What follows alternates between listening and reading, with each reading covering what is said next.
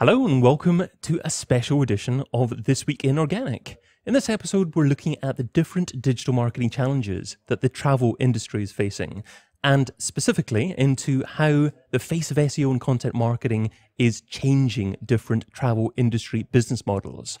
The three business types we're going to be looking into today are, firstly, resellers and aggregator sites, big sites that aren't likely to offer their own branded holidays, but try to provide a very comprehensive selection of holidays for their visitors. The second type of business we're looking into are the direct travel industry service providers, the brands that traditionally maybe started as travel agents in the high street, but moved online as the general public started to embrace the internet. And thirdly, digital marketing support services for the travel industry. There are still many travel businesses that aren't taking full advantage of the digital world, so we're also going to take a look at the types of third-party digital services out there that travel businesses should probably be thinking of using. We're going to be talking about what's worked in the past but isn't working quite so well now. We're also going to be talking about what is working well now and also what the future might bring and how to cope with that.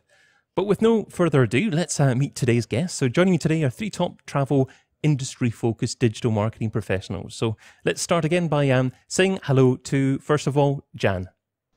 Hi, I am Jan Caprini. I'm from Expedia Affiliate Network, which is the B2B arm of Expedia Inc. And we basically focusing on working on white label solutions and API integrations with small OTAs as well as really big players in the industry, as well as airlines around the world. And my main digital marketing challenge recently has been trying to convince businesses of any size that the only way for success in travel is going for a multi-channel marketing approach, which puts together all the different areas of digital marketing, from SEO to SEM to social media to content marketing, integrating this into a very attentive and strategic analytics strategy. And that's the main thing I've been focusing on, providing this sort of consultancy service as a B2B service within Expedia. Lovely. Okay, thanks, Jan. Moving on to Diego. Hello, everyone. I'm Diego Puglisi. I am Group Marketing Manager. That's wrong. Group Search Marketing Manager for Thomas Cook Airlines Group, which includes Condor, which is our German airline, and includes Thomas Cook Airlines Belgium as well. So I look after all PPC and SEO for the three markets of reference, and the main challenge I found here was to really shift focus on content marketing, which I think is just extremely relevant for today's chat we're going to have. Lovely. Okay, great. Thank you, Diego. And our guest who forgot to put his own beard on today is Tom. Thanks, David. I'm Tom McLaughlin. I'm a director at SEO Travel. We offer digital marketing services to travel companies specifically, from obviously SEO as the name suggests, but also wider things like content marketing, PPC, social media, that kind of thing. And yeah, today I guess I'm quite interested in talking about the challenges of smaller travel companies competing with the likes of Expedia and Thomas Cook out there. And yeah, I guess the challenges of trying to be active on various platforms that, obviously the challenges of the digital world today when you're a smaller travel business. Lovely. Thanks, Tom. See, when I try to be funny, I trip over my words. I shouldn't be doing that, So let's dive into business model number one. So that's resellers and aggregator sites. That's what I'd probably describe Expedia as. Jan, is that a fair description? First of all, I'd like to explain something that is about my role within the organization. I consider the brand Expedia one of my main competitors. We provide the hotels inventory that Expedia Inc., the parent company, aggregates into third-party solutions. So my role is basically helping OTAs of different sizes, from small OTAs up to extremely big players that can also be of the size or close to the size of Expedia, to compete in this digital marketing space. So most of them act as comparison sites and aggregator of hotels. Some of them offer multiple travel services like car hire as well as flights or package holidays. So it's becoming an industry very much crowded with the very few players that are owning the space. And on top of this, the new big trend in the travel industry online is meta search. And meta search is changing the landscape in the way most of digital marketing budget is shifting for OTAs in particular. This is relevant for the flight space as well as the hotel space. A bit less relevant in the car rental space, where the suppliers is the list of suppliers is less big as it is in the other two areas of the business. So the trends that we're saying into this sort of aggregating system is like there is a big trend around big players spending a lot of money into performance marketing. So the acquisition channels are becoming very expensive. So it's very difficult to help smaller OTAs to grow into an environment where the budgets are massive of these big companies. And the main key point of this is that the money spent into paid search as well as meta search, as well as often in display advertising, is mainly focused on a lifetime value of the customers, which is the biggest trend in the industry, not just in travel, but in general. These days on the internet, people are starting to identify which are the preferred providers for different services. And in travel, the most important action that businesses should look at is loyalty, making sure that you have customers coming back to your site for booking multiple times. And therefore, your strategy, your digital marketing strategy should be aligned to this. So you need a very good attribution modeling in place, and you need a very good strategy around going after the right customer at the right time. So integrating content together with performance marketing is the biggest challenge that many of these OTAs are seeing. And I think this is like the starting point of the challenge for a success in digital marketing travel industry. Okay, so basically the biggest challenge you see at the moment is the fact that you don't think it's as possible now to be successful just focusing on one form of digital marketing. You think many forms have to be integrated together and built upon each other to actually generate the success you require. Yeah, that's essentially like the key strategy for success. And I've seen, because of this particular role or as a consultancy services within a company that mainly is focused on B2C brands, I have access to very interesting information. And I've seen companies like succeeding and companies failing badly at not being able to integrate a multi-channel strategy and realizing very soon that the budget behind paid search and the budget behind even looking at the technical SEO aspects, if it doesn't go together with a full integration of all of the other channels, from email marketing to social media to content marketing at its core basic, which is creating good quality information for the users, they're not going to be able to succeed in future. Okay, so the marketing model really has changed quite a bit by the sound of it over the last few years. But what about the business model? Would you say the business model of Expedia has changed that much over the last, say, 5 years or so? I mean, the business model, the lucky role that these big OTAs have been playing in the past 15 years is the fact that they started early. So the two big companies in the market, Priceline in the US and Expedia Inc. as well in the US, but with a strong focus on some EMEA brands as well, is the fact that they contracted hotels. So they had very good inventory of hotels availability around the world. Therefore, many other companies are using the inventory put available by these sort of key players in the market. So what is happening today, the trend is that the margins are squeezing. So in the airline space, for example, the margins are becoming extremely low. So it's much more important to generate experiences that go beyond the pure transaction. So that's the other interesting trend in the industry, is like with the new devices coming into play and the fact that you need to create retention, the only way to succeed is actually providing experiences that are not just a booking. So in order to do that, you need to create, for example, loyalty programs like the one that Hotels.com, a company owned by Expedia, is developing with every 10 nights that you book with Hotels.com, you get one free. So people get loyalty. They already have more than 15 million customers being part of this loyalty program. then you need to create experience in the apps. You need to be able to provide something that goes beyond just the booking aspects of it. So you need to create like in holidays support, like with the guides around what to do when you're there, with ancillary products added on top of the product that you're selling, and you need to try to integrate again different sort of like layers of the experience that is not just about booking one hotel. One of the challenges that Expedia may face is that there's perhaps all fronts focus on trying to actually change the business model. What I'm saying is basically Google are entering the marketplace. You've got social media and perhaps an opportunity for local hotels that aren't on big networks to actually target users individually. Then you've got completely changes in the business model by brands like Airbnb coming in there as well. So you've got a few different models that are trying to disrupt the marketplace. Do you have concern for the future of a business model that tries to actually offer customers everything through one platform?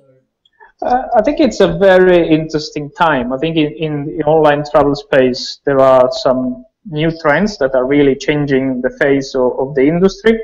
And I think the world is still really big, and the rates at which the travel industry is growing in the regions like Asia or Africa is still massive. I'm quite close to the Latin American region, and I know how much these businesses online are still depending mainly from their offline bookings. So they have just started to create an online presence. So there is so much still to do in order to grow the internet audience that I still believe that for the next good 20 years, the business will not be necessarily affected. However, in certain regions where the market is extremely mature, like the United States, for example, you need to look into creating different experiences. You need to start innovating in technology. You need to try to come up with solutions that, as I was saying before, don't just provide the booking experience. Because if you do that, you're going to put against the supplying services. So at the moment that the hotel manages to keep the cost down by avoiding having to pay any commissions to other third parties, then obviously the users will benefit from it. In the same way as renting your own home is a profitable business for many homeowners that before didn't know what to do when they had their house empty. So Airbnb bridged a gap that was in the market in that space. So I think there is space for innovation. There is also space for growth in many regions where the trends is still very much growing, and we're very far from having a saturated situation. Okay. One of the brands you mentioned was Hotels.com. And you talked about extra programs that they're adding into the offering to try and encourage people to book again. Hotels.com and other Expedia brands are obviously doing a good job in a lot of these areas.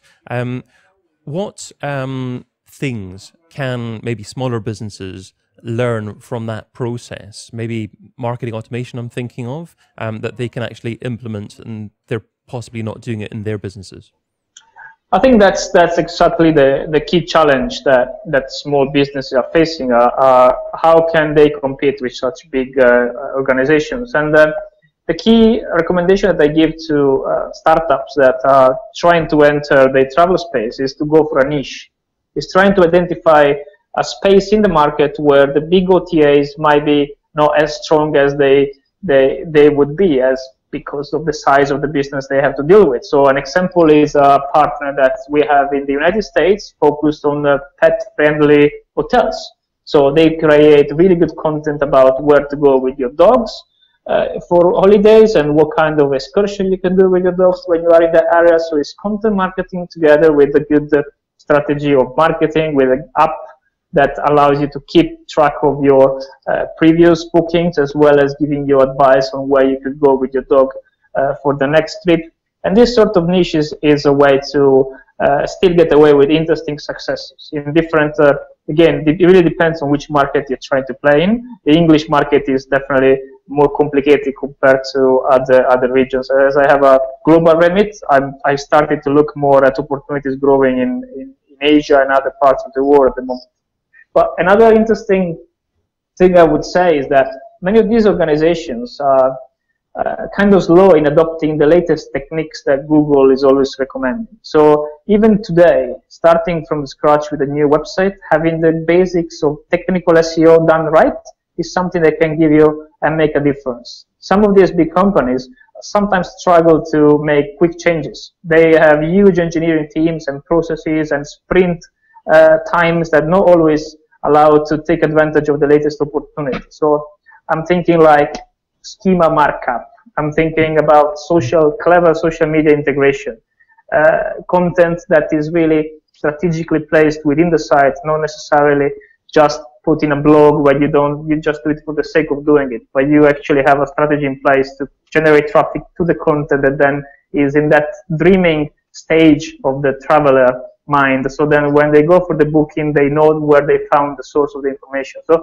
trying to come up with this sort of more like the basics, right, is still something that small organizations can, I think, have a quick win, as well as looking into niches, as I was saying before. Two wonderful tips there, so focus on niches, but also you can react quicker than bigger organizations. I mean, I remember working on behalf of some big organizations that had content management systems which were up to 10 years old, and they couldn't do anything with regards to changing them at all. And a lot of these big companies do have CMSs that are very tricky for anyone within a marketing department to update in any way, and that's certainly an advantage for smaller businesses. Absolutely spot on. So obviously this isn't just the Jan show. I wanted just to focus on Jan to begin with for looking at that particular business model. But let's bring Diego into it as well here. Diego, now one of the challenges that you've got working for Thomas Cook is that you could perhaps have your holidays, your offerings available on lots of different comparison sites or aggregator sites, whatever you want to actually call them. But of course, that's going to hit into your margins.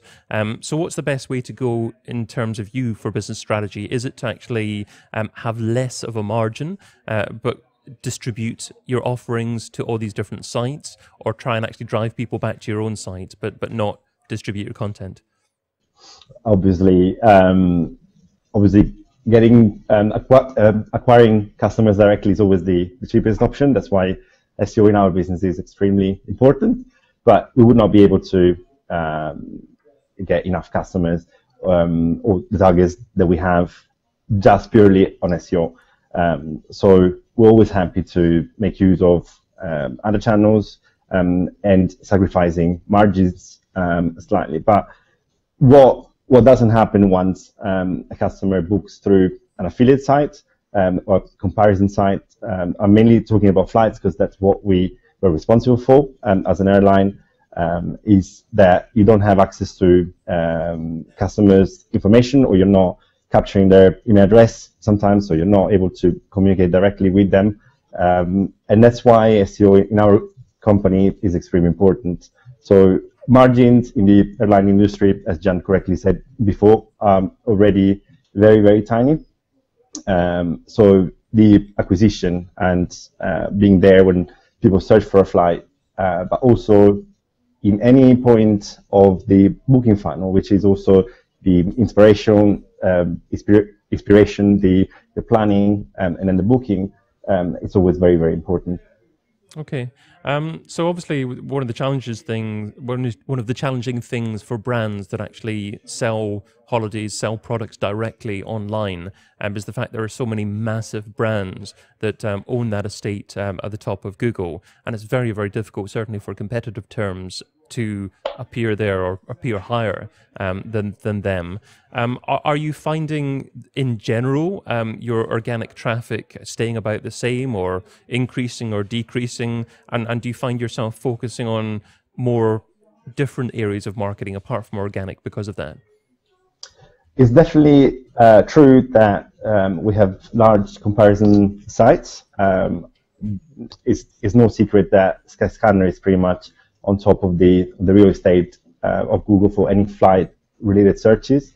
It's really hard to do better than them. The intent of the search is certain that Google prefers to rank them first, absolutely. But then also what Jan mentioned before, so finding your niche is the key. It's not just for small businesses, but in the travel industry, when you have so many comparison sites, finding your niche is the key. In terms of through SEO, obviously we don't target all the destinations that we fly to. That would be crazy. The budget required for that would be really large, and we don't have an unlimited budget. Therefore, once you have defined your target destinations that you want to increase your visibility in organic for, then you start thinking of your persona. So you segment your customer base. At Thomas Cook Airlines, customers are in our heart.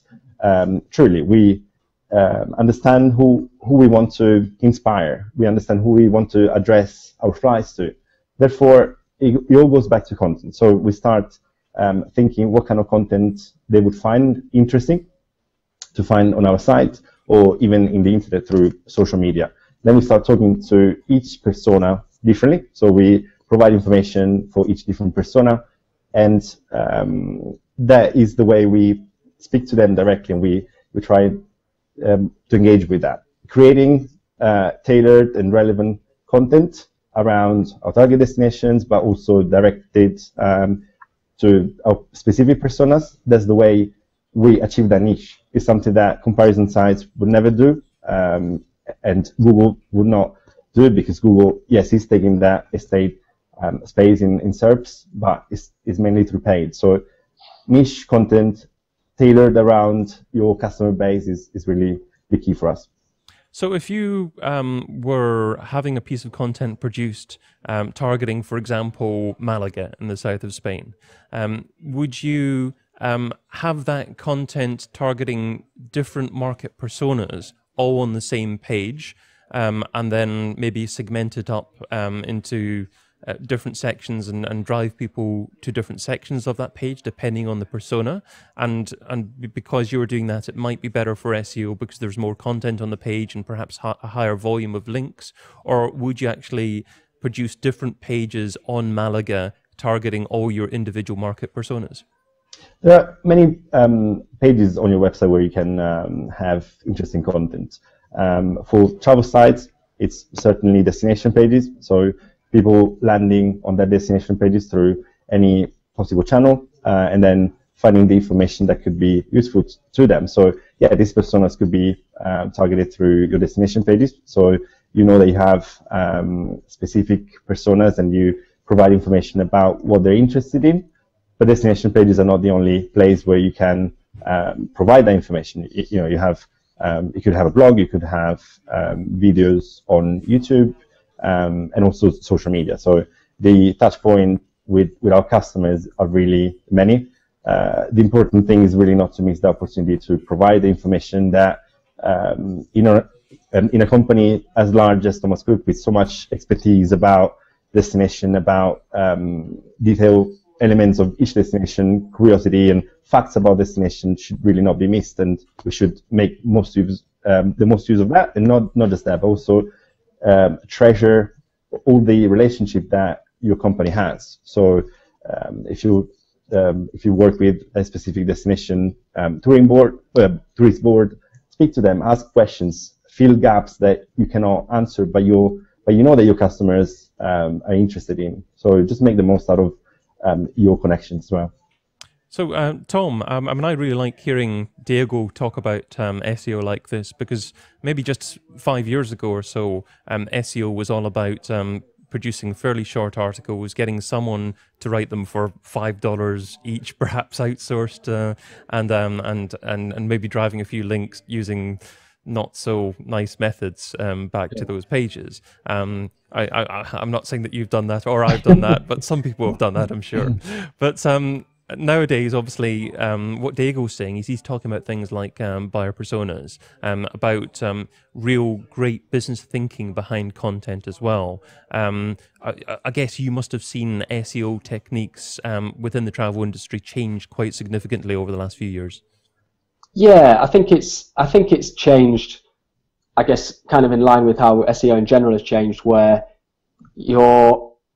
as you say, it's moved much more away from kind of taking one keyword and, you know, giving that to an agency and saying I want to go and rank for that keyword, to essentially kind of looking at yourself as a whole brand, looking at your whole website and setting your website up to cover all the areas that people within the customer journey will touch on. So obviously there's the kind of phrases where someone's actually looking to book a holiday, where they might type in, holiday in Malaga or something like that. But in that whole research process, people are going to be, searching about things to do in Malaga. They might start of, where's hot in Europe in May or something like that. And you want to make sure that you are able to capture traffic in all those different ways, rather than kind of getting bogged down with one or two phrases. And I think the way that, I guess from Google's point of view, as you said, previously you used to be able to do some kind of slightly underhand things, get some links in some slightly suspect places, and that would be enough to help you go and rank for the big competitive phrases. Whereas now I think the focus has switched a lot more about kind of emphasis on the brand and emphasis on your kind of domain as a whole, so that if you can get yourself out there and you can get yourself featured in good quality sites, whether that's through things like content marketing, or whether it's through PR or anything like that, it's those kind of good places that you want, that link to your homepage and say your brand name, and all of those things build up the trust in the domain itself and your site. And then if you've got good content on there already, the whole site will come up and start to bring in more traffic from a whole wide range of different areas. So I would say that kind of shift of sort of vanity keyword rankings to having to look at your whole site and where customers come from throughout the whole journey, it's definitely switched that way. And certainly for us, a lot of the clients that we work with are smaller travel companies, independent tour operators and things like that. So there's, I think, rankings wise, there's certainly been a shift for the big competitive phrases. People like your Thomas Cooks and Thompsons and First Choice and your kind of high street brands, they tend to dominate those big headline phrases. So smaller companies need to set themselves up, set their website up in a way that they're capable of drawing traffic in from a much wider net of areas, rather than, as I say, being kind of caught up with one or two phrases that in the long term are not really realistic targets to go and compete for. So you mentioned that you have a few smaller clients there, and you talk about local, maybe tour providers. If someone was perhaps a local tour provider in somewhere like the Lake District in northwest England, do you think it's realistic for a company like that to start ranking for terms like Lake District holidays? Or realistically, are the big brands out there all going to be ranking for these keyword phrases that have maybe 500, 1,000 plus searches per month for, and it's not worthwhile targeting that? And as a small business, you should be thinking more long tail. I think a phrase like that is probably still possible, I would say, for something like that. I would say if you look at the kind of wider phrases, when you look at sort of a country level, that's where you get a lot of difficulty, and it'll be very hard for a kind of independent tour operator to break into that. But I think if you get into a kind of regional level, there's certainly still potential for independents to go and do that. But I guess what I would say is to a client who was trying to do something like that would be, don't put all your eggs in that basket of trying to go and rank for Lake District holidays. By all means, get that phrase in the right places on the page. Optimize, your homepage if that's the biggest phrase in your niche. You should be optimized for those kind of phrases, but equally the rest of the content on your site, the kind of architecture of the pages on your site should be set up to capture people in different areas who might be searching for things to do in the Lake District, or Lake District tours, or weekends in the Lake District, or even on a wider scale. You might look at sort of best places to go in the UK, or weekend breaks in the UK. You could look to those sort of areas. So it's more, I guess, the principle being, get out of that kind of mindset of there's 4 or 5 keywords in your industry that you want to chase after, and widen the whole net and set yourself up in a way that you're capable of getting traffic for all those different areas. Good advice.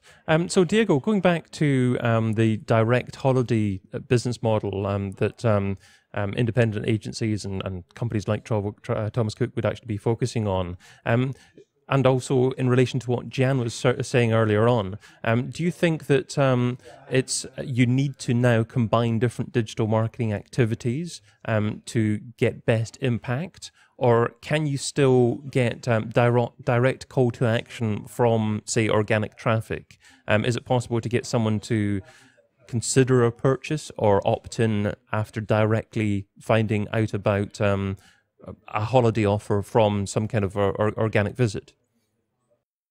So SEO in the past was really just one department trying to fight their cause, getting links or creating, as we just discussed before, just creating a piece of content that would justify the rank position. Now, our job is really changing massively. So the integration with other channels is extremely important. So it could be integration with PPC for a higher efficiency in your spend. But what I find to be successful in business is the integration with social media for the actual amplification of whatever you're trying to do. So pushing out a piece of content that wouldn't be found otherwise if you just wait for people to land on your site. But it's working together with your comms team. So your PR department is with your product team. So trying to get information on your content from them. But it's also with your dev team. So it's really difficult to achieve. It's really hard to work together with all the departments in your organization. But if you achieve that, then you suddenly become strong to be able to rank in the best positions in Google. So yeah, it really is not as simple as it was a few years back. So would you say that in general, departments within companies like yourselves, but not necessarily yourselves, respect what SEO can deliver? Or do you think that top management still has issues with actually understanding what SEO does and the true value of what it can provide? I mean, a big part is really down to who's managing SEO. You need to be able to communicate internally effectively how important the SEO channel is. I find that in travel, especially in the airline industry, where the margins are really low and acquisition really comes from a competitor side mainly, SEO is clearly one of the most important channels because, as we said before, if we could avoid sharing that margin with third parties, then that is always the preferable way of acquiring new customers. So I think an intelligent business still considers SEO as a key channel because also if you look at cost per acquisition, very often SEO is one of the cheapest channels out there.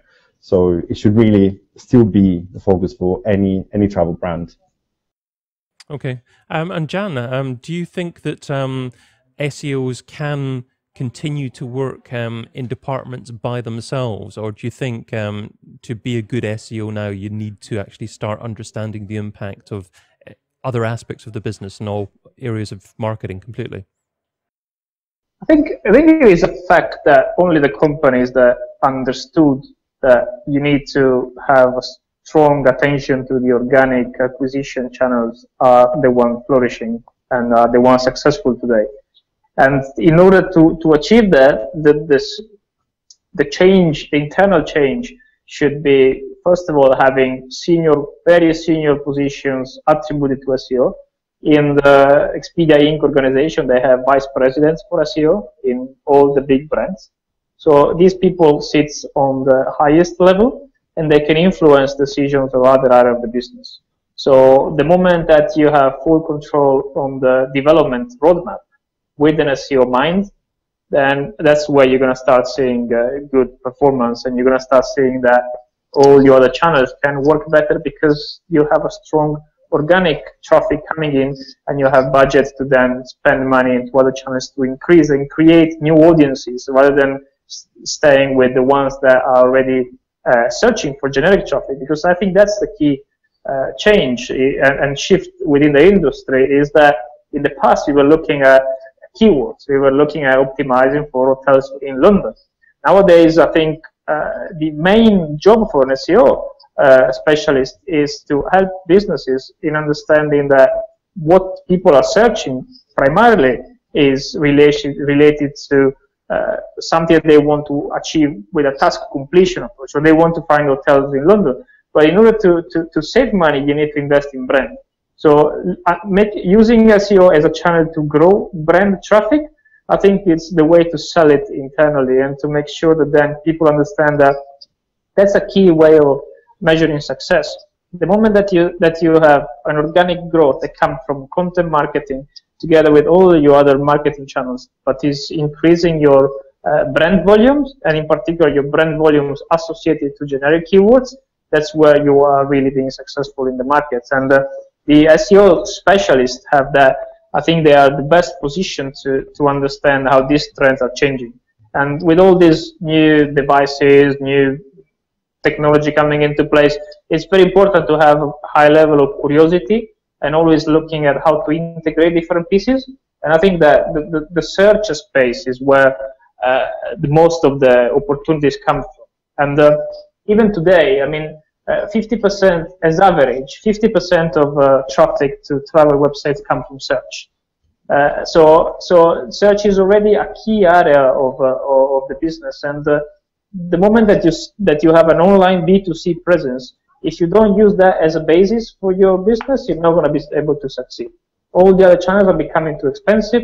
You can't compete against the biggest player in the market. So your only way is to have an integrated approach with the SEO, technical SEO basics started first, and then the more like organic SEO and content marketing together with your PR and even traditional marketing strategy and TV advertising or whatever sort of marketing activity you do together into your branding exercise that can help your SEO performance from that point of view as well.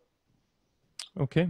And Tom, what are your thoughts on that as well? I mean, do you think that the future of SEO, for example, is veering towards brand marketing?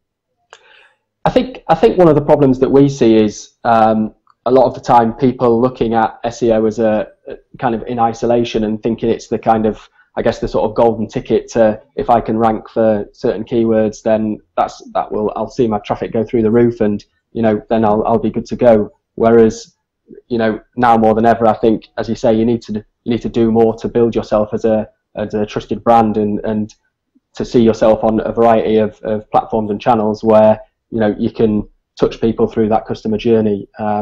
Yeah, I think if now these days compared to 3 to 5 years ago, if you could maybe approach things in that way, whereas now I think the companies, the smaller companies that don't have huge budgets, the ones that are successful are the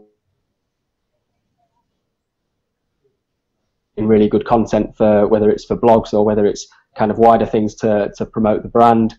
The people who are incorporating those kind of things are the ones that have the potential and see good organic growth, as opposed to the people who get kind of obsessed over a couple of keywords and think that just heading after those is the way to go with it.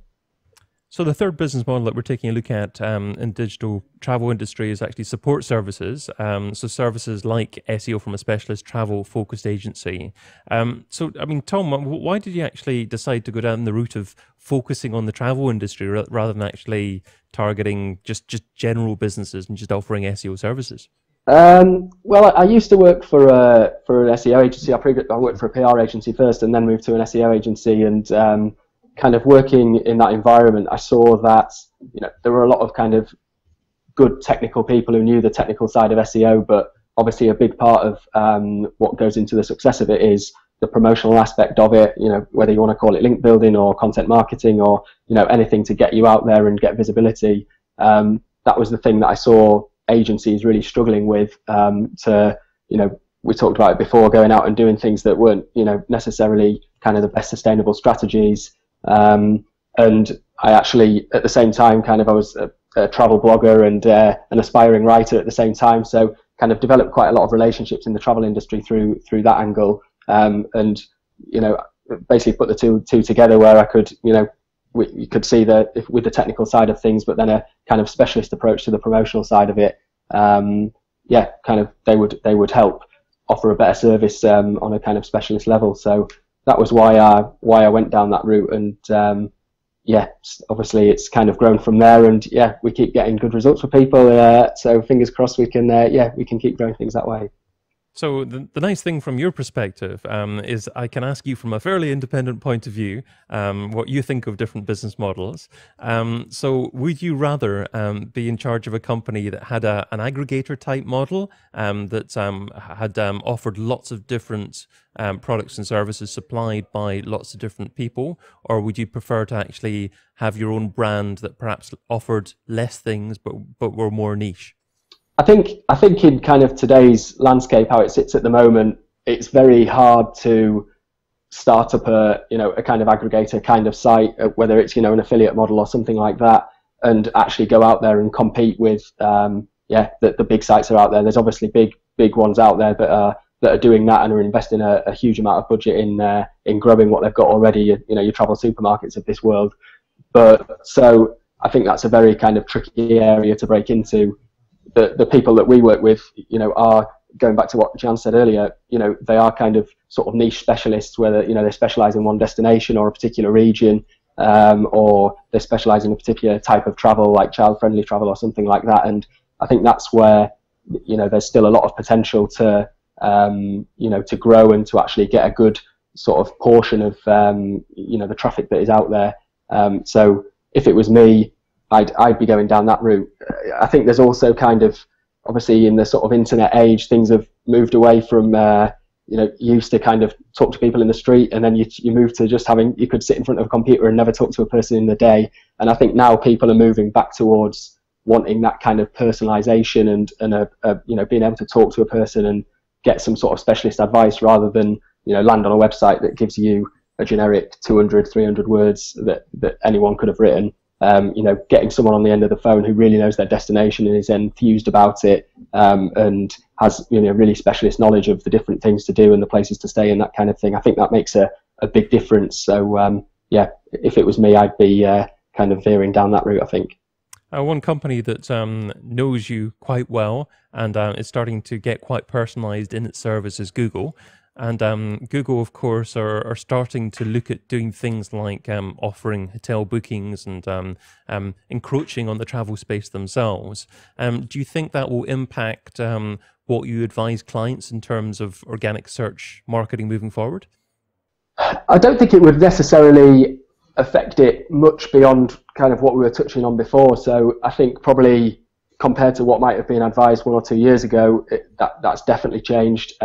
But currently, I think as you say, they're coming in with the aggregators, particularly for things like flights and hotels and insurance and that side of thing at the moment.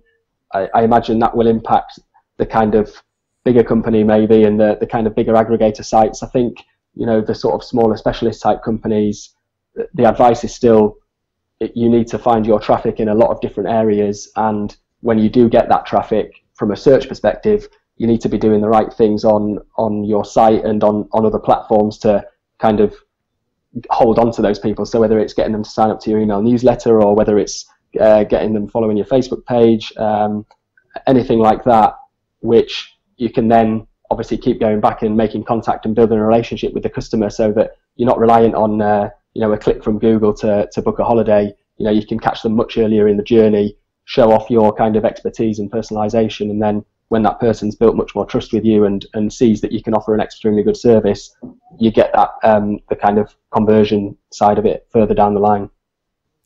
Jan, are you concerned at all about Google encroaching on the travel marketplace? Do you think that might impact existing big aggregator type models? Or do you think that these brands are so well known anyway that people will naturally go towards them anyway for travel related information?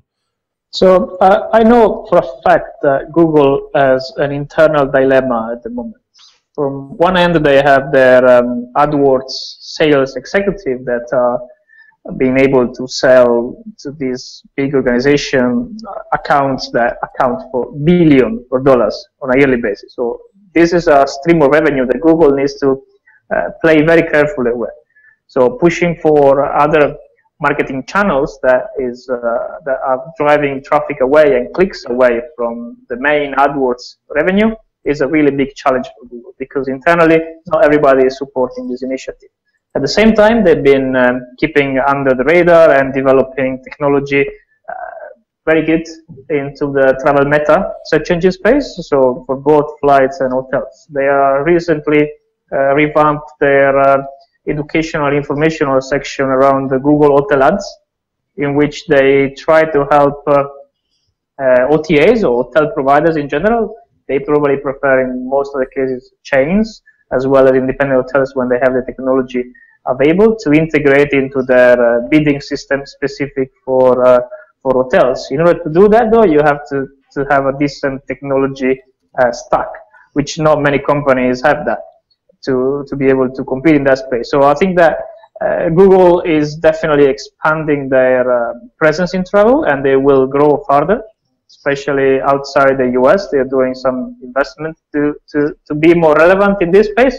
At the same time, though, as you were saying, like, you have the branding aspects that is making a difference. I mean, in many countries around the world, people have their favorite travel sites, and these sites have been investing in loyalty as well as attention, as well as extremely aggressive marketing strategies to keep bombarding with messages users, like the Booking.com approach with emails or retargeting and all these strategies. So big brands can still get away with a very high percentage of the traffic, and so far what we see with Google is that they generate traffic, but the number of conversion is actually not very high. So people are still connecting Google with a search tool and not a booking tool. And we will see how this will shape up in the future. I mean, the ideal scenario for Google is obviously to be able to control everything, but at some point they need to decide which areas of businesses they want to focus on. I don't see that as a threat today, to be honest, for the big brands. However, I see this as an area that will grow further, and in a few years' time, we might be looking into different sorts of data. Yeah, it depends what Google, I guess, looks like in a couple of years' time. It might be Alphabet 2 out there as well as Alphabet 1. Yeah. T for travel. And so, Tom, in terms of customer retention and marketing to existing customers and how that might impact SEO, are you involved with that at all with your existing clients? And are there any SEO tips that you could give companies that would actually help their SEO by marketing to their existing customers and perhaps making their own existing customers help with their SEO? Yeah, it's certainly something we work with clients on and kind of advise on different ways they can they can exploit their current customer base. I think you obviously, as we touched on before, if you can retain the people when they originally are finding you through search, getting them hooked into an email newsletter or getting them following your Facebook page or something like that, having that kind of base of people to essentially kind of promote your content as you continue to produce it is a really good way of leveraging the customer base. And it kind of comes back to, if you need to create good enough content that your audience is going to be interested in. So there's obviously various things out there that customers can like, that customers will like, and whether it's the kind of, if it's a Facebook audience, maybe obviously things that get traction on there are the more virally things, the kind of BuzzFeedy style content, that kind of thing, big long listicles, that sort of approach.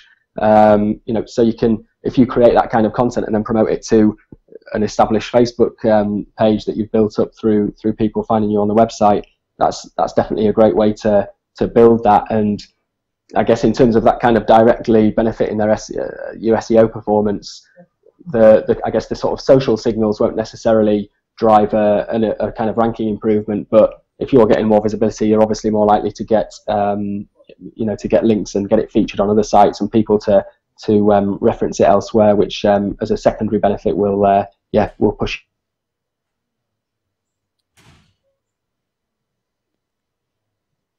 So Tom, just cutting out a little bit there. We'll just move on to Jan, actually, in relation to that. Tom mentioned Facebook pages.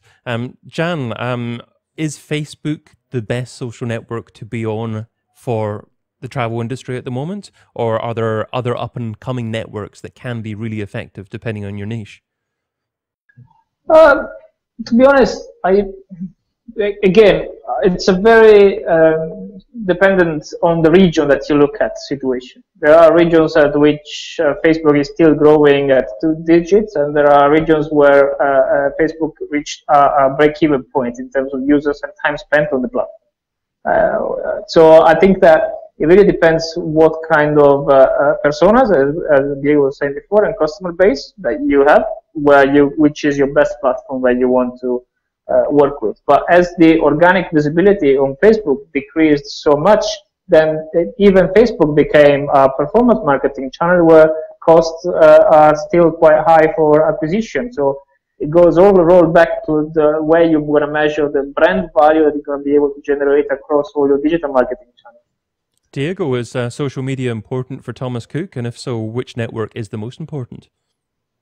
Yeah, we've recently started a blog, which is always a great tool to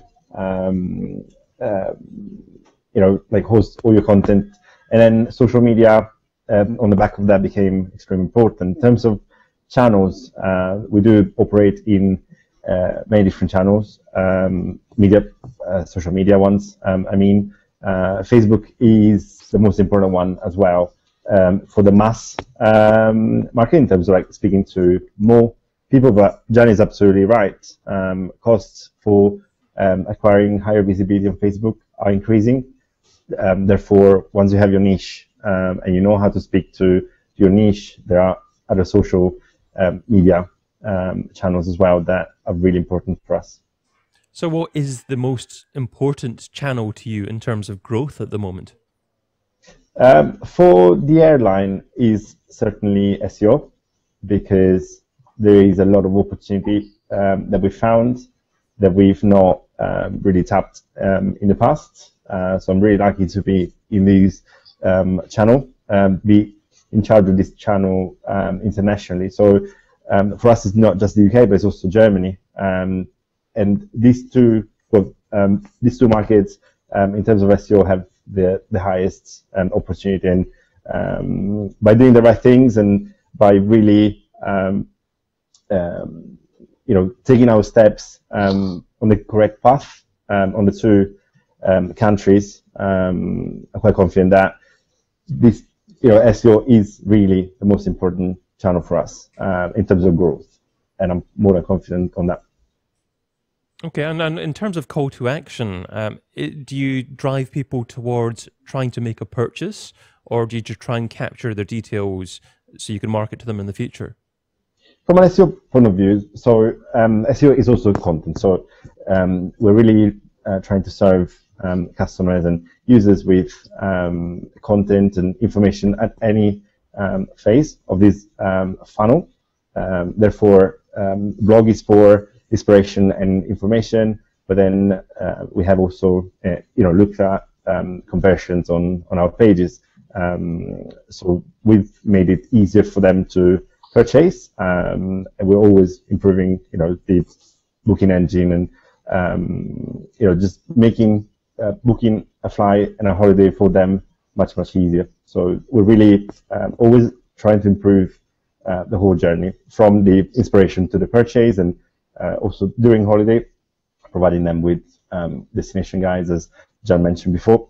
But SEO is at the core of that. This is why it's such an interesting channel.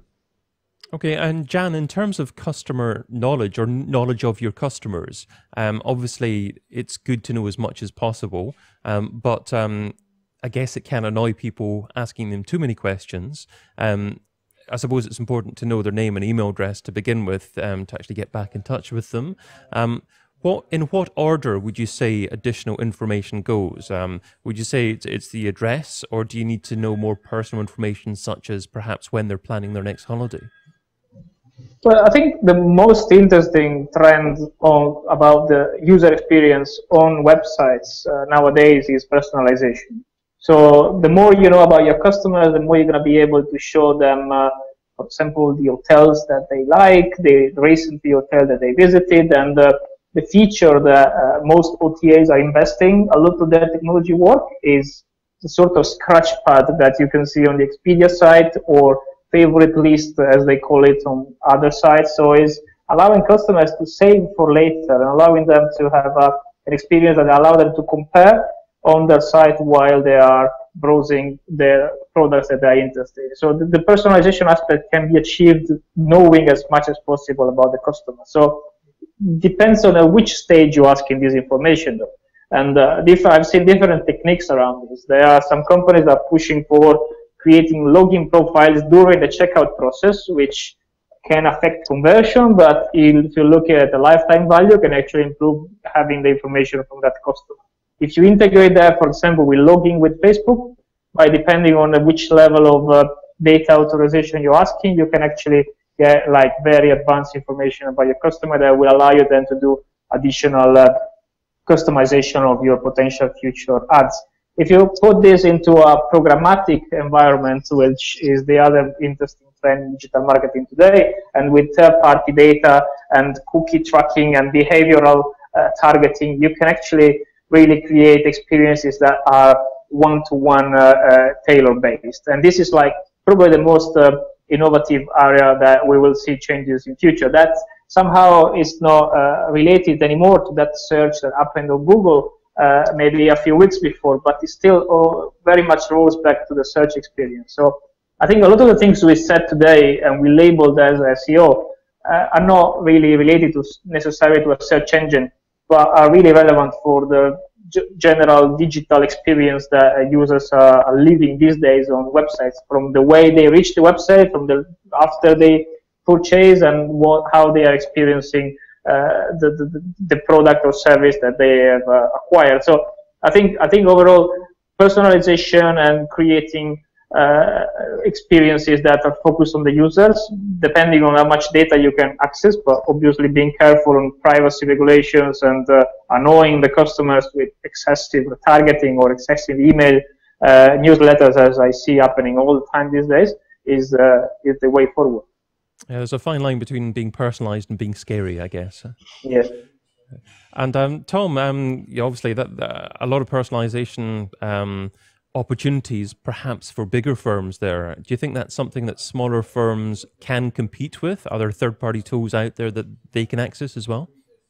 Yeah, absolutely. I mean, I think it's less, it's obviously with smaller companies, it's going to be less to do with, I guess, the kind of the current customer base, but you know, there's still a lot of tools out there that you can use to target very specific audiences. So Facebook ads is obviously one where you can really dig into you know, advertising to people who follow a particular competitor. You can dig into people who follow a particular page.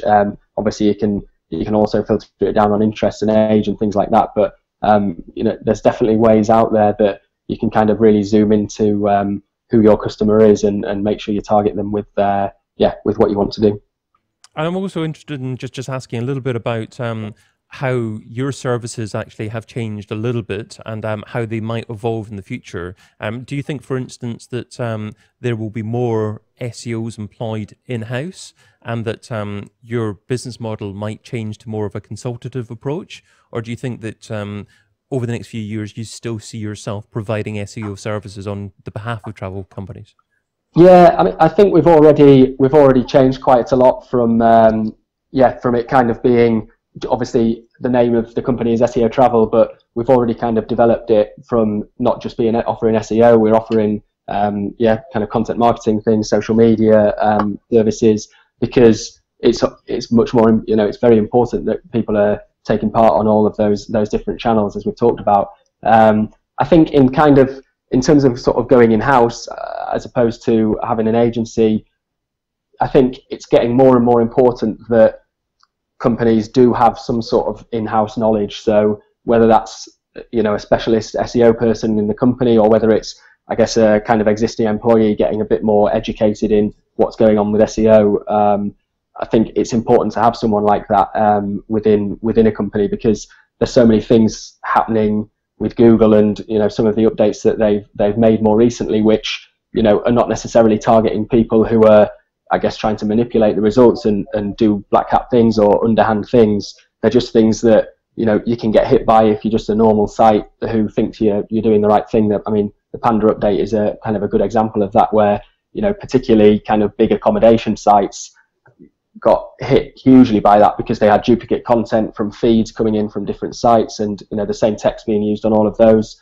and in kind of one fell swoop, thousands of sites were obliterated. And that's not from something that they were sort of out there trying to manipulate Google's results. It was just a change that Google had made. So you need someone there to kind of have that knowledge, I guess, of and be monitoring the kind of updates that are happening, to make sure you're, I guess, sort of protected against them and you can react quickly to them. I think there's still going to be a place for the kind of agency side things too. That certainly in-house, I guess, in terms of the promotional aspect, knowing, being able to test and knowing what things work on the the kind of promotional marketing side of things is a lot trickier to handle in-house on a kind of consistent basis, and I guess to understand the marketplace and what's working and what isn't. We're obviously kind of constantly experimenting with different things and seeing what kind of things work, and if you're kind of in a sort of smaller niche, it's much harder to I guess get a true picture of what's happening and what works and what's effective. So I think as I said, there's certainly an importance of having that knowledge within a company to know what's going on, but there's certainly a kind of, particularly for small companies, they I think purely having manpower, they can't employ enough people to handle a Facebook page and all the social media stuff and email marketing and SEO and creating content that goes out there and is effective. So having someone third party who you can bring in and just to produce those kind of things and keep you best advised on what's working will still be an important factor. Okay, there's still going to be a job for you in the near future. Fingers crossed, yeah. Do I sound like I'm trying too hard? What about you, Diego? I mean, do you see yourself at Thomas Cook using agencies for quite a bit in the future? Do you use agencies quite a bit at the moment? Yes, we're using an agency that mainly to help us make the most out of the assets that we have, in terms of they have this 1,000-feet view on the market, and the good thing of the agency is that I'm coming from an agency as well, and the good thing is that you work across so many industries and so many different battlefields that you actually have the flexibility in your thinking to be able to come up with ideas that brands might not even think of. So with the best work that my agency is really useful for at the moment is coming up with ideas for content. So they obviously they know our brand, they know our assets, they know our products, but they also know our personas. So they just come up with ideas. Why don't we do this competition? Why don't we do this event? It's really good because an SEO on a day-to-day basis has so much work on technical, on internal communication, in terms of reporting, that an agency is always really useful to provide you that insight and that fresh idea for content that otherwise brands larger or smaller would really struggle to have. Okay, that's interesting. So perhaps brands in the past lack that technical ability to implement SEO. Maybe they've got the technical ability now, but they still require people to think out of the box a little bit away from the regular business thinking, and just take that experience from other industry sectors, maybe, or just even other competitors in the industry, and give your business more ideas. So another vote for you, Tom, for the future. Yeah. So that's good. Absolutely. I think. Sorry to jump in, David. Yeah, it's absolutely as Diego said, from the creativity side of things. I think that is someone being a technical SEO to also being a kind of creative mind to come up with ideas of how to promote things are quite different skills, and often within one person you won't be able to find that kind of thing, whereas in an agency you obviously get a lot of people to throw ideas into the hat and see what's working. I mean, we just ran something with a client on around the end of the Game of Thrones season, and we created a map of all the different places that that had featured in the series throughout it, and promoted it out there, and it got featured in a wide variety of places. And I don't think that's necessary. It's not the kind of content that in your mindset of what you would write on your blog is, would usually kind of fall into it, but it's kind of thinking outside the box a bit, finding what the hooks are in the news and other entertainment things. That's it's definitely an important part of it. And Jan, just starting to close up here. Whenever I search LinkedIn for SEO, I find about 200 people in Expedia and related companies that are SEO specialists in different industry sectors. Does that mean that big massive organizations like Expedia don't really have that requirement for agencies, or do they too? Well, as far as I know, there are some agencies supporting some of the work, but primarily all the work is done in-house. As you were saying, there's a lot of creative agencies that are supporting the SEO work, which is an interesting trend. But I think that a very interesting thing about Expedia is that SEO is important, and they have big teams dedicated to it and big resources, big budgets. So they are really attentive to the subject. They don't need to be sold into it, which is a very good thing. What they need to be sold into that is making changes in the roadmaps and making sure that the engineering side of the world actually are following the best practices and latest recommendations. But there is a big internal attention to it, and the teams are big and growing. This is as far as I know. When I meet external partners, I'm always really interested in understanding the structure and how they are approaching the discipline. And I think the best scenario, as has been described so far, is always to have a strong team internally with some support with subject matter experts that you cannot hire on a permanent basis, but you can pay someone externally in an agency to give you that level of additional knowledge, together with the creativity that's required for the outreach part to make the campaign successful. Okay, great. Okay, well, we've had a lot of great thoughts on what's happening in the travel industry, strategically, what may happen in terms of digital in the future, and what other businesses should be doing. So there's certainly a lot of thought gone into hopefully being able to give you all a final takeaway to give our guests.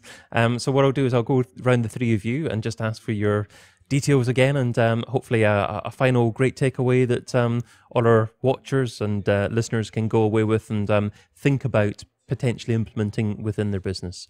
So should we start off with Jan? So Gian Caprini, Expedia Affiliate Network, and my recommendation is to create content that meets the needs of the users. So imagine a task completion approach to your pages. Look at every page as to respond exactly what the users are looking for. If it is for inspirational content, create good quality inspirational content. If it is just to search and compare hotels or flights or cars, just action and respond to the query directly. And this will provide that evolution that Google is looking after, to trying to rank sites that are relevant for the queries that they are seeing. Lovely. Thanks for joining us, Jan. And moving on to Diego. So Diego Pugliese from Thomas Cook Airlines. I think that what most businesses need to do is to look inside your organization, look at the relationships you have, make the most out of all the assets that you have in your business to produce the best content out there, most useful for your customer base, and through that content become an authority in your industry. You have a plethora of information. Make sure that you share it with your customers, and you publish it on your site and distribute it as much as possible. And sorry, just confirm your details and how anyone can get hold of you if they want. So Diego Pugliese, I'm a group search marketing manager for Thomas Cook Airlines and Condor in Germany. Lovely. Okay, well, thanks, Diego. So some great tips there. A lot of SEOs work in silos, certainly in bigger organizations, and perhaps aren't even aware of the content that is produced elsewhere and that could benefit them and the organization as well. And moving on to last not least, Tom. Yeah, I'm Tom McLaughlin from SEO Travel. I guess my action point would be a bit more targeted than kind of smaller travel companies out there, and it would be to spend some time kind of learning the basics of SEO and kind of what goes into that. I think that will stand you in good stead when if you do go out there and you start to look for an agency or want to know the basic issues with your website. It's very important to have that kind of foundation of knowledge to make an informed decision from. So yeah, a little bit of time will go a long way in the future. Education. Great. Okay, well, I'm David Bain, head of growth here at analyticsseo.com. You can also catch me interviewing online marketing gurus over at digitalmarketingradio.com. This has been a special pre-recorded webinar. Normally we broadcast a weekly live show that debates the ramifications of the latest SEO and content marketing news. So sign up to watch the next live show at thisweekinorganic.com. But until then, take care and well done for making it to the end. I hope you find it worthwhile, and I certainly did. But adios for now. Thanks, guys. Thanks for being a part of it. Thank you. Bye-bye. Thank you.